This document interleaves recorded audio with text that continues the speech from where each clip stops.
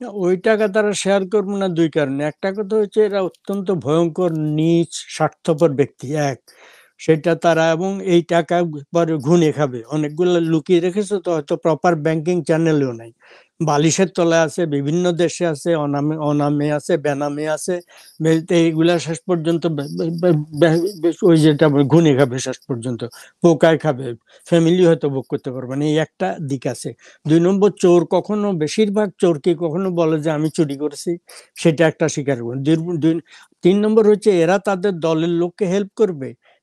সেখানকার বাদ দেন, এইখানে এই যে বিদেশে যে সমস্ত আয়োজন এগুলা হচ্ছে, এরা এমন একটা ভাব দেখায় কিছু কিছু নিজেরা টাকা খরচা কতটা করে জান না, ওই সবাই থেকে অন্য নিরীহ আওয়ামী লীগের যারা তাদের সবাই থেকে চাঁদা তুলে তুলে অনুষ্ঠানগুলা করছে।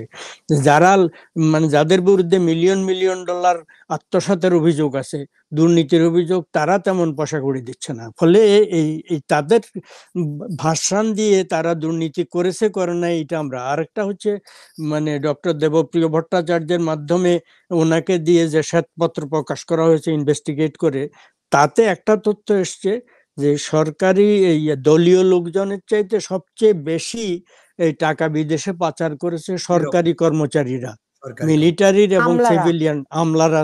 ফলে এইটা আরেকটা দিক, আমলারা ওই যে দলীয় লোকরা যখন দুর্নীতি করে সেই সুযোগটা আমলারা নেয়। ১ কোটি টাকার প্রজেক্টকে যখন ৫ কোটি করা হয় তখন দলের লোকরা আরেক কোটি বানায়, আর ৩ কোটি অন্যান্য খাতে যায়, আমলারা সব বানিয়ে নেয়।